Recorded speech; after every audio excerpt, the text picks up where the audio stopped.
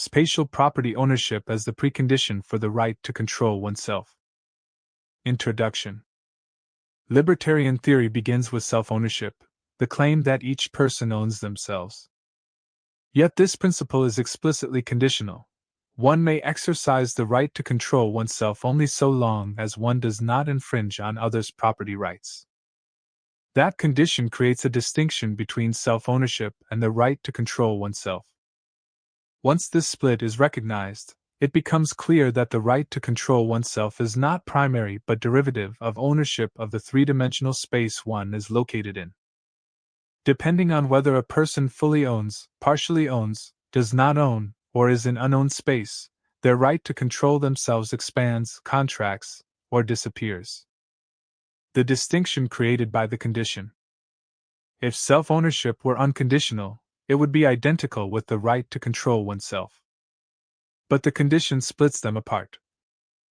Self-ownership, a theoretical status. I own me. This is often confused with, I have the right to control myself. But the two are not the same once property conditions are applied. Self-ownership does not guarantee decision-making power.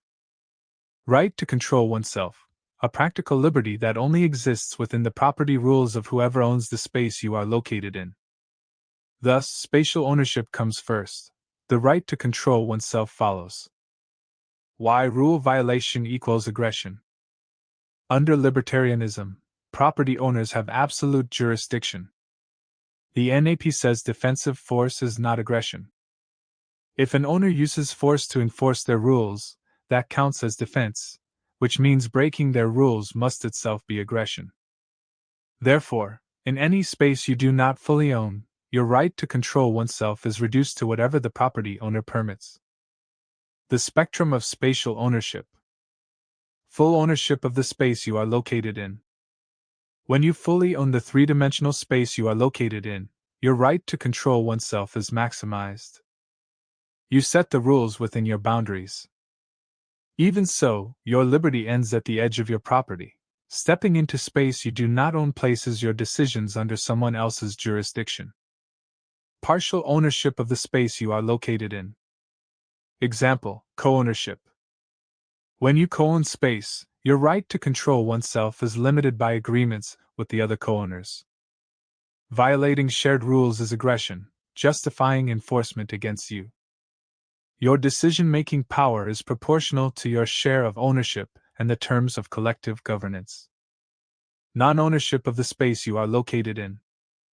If you own no space, and all usable space is already owned by others, then every action you take occurs within someone else's jurisdiction.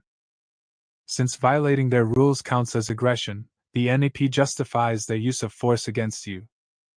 With neither the sea nor the sky considered habitable frontiers, your right to control oneself disappears. Every decision beyond what owners permit constitutes aggression. Unowned space.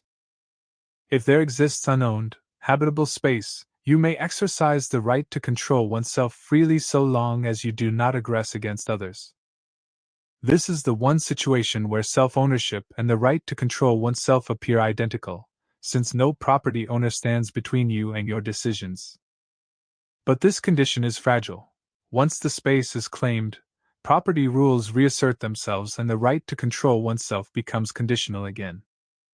In other words, the libertarian framework people imagine, absolute decision-making power, checked only by the NAP, exists only in unowned space, not in a fully owned world. Why space comes first? All action requires occupying some portion of space.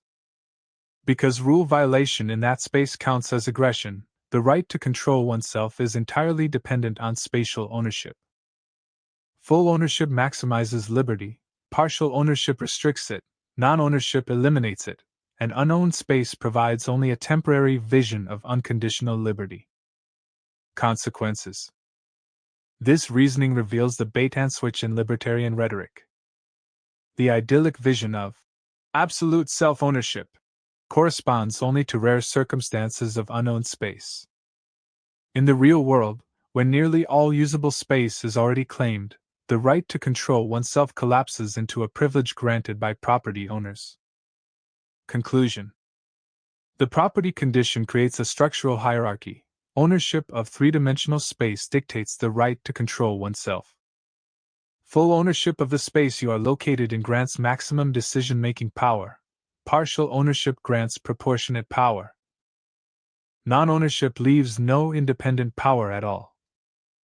An unowned space provides a fleeting exception that resembles the libertarian ideal but disappears the moment property claims arise. Within this system, liberty originates not in the self, but in space.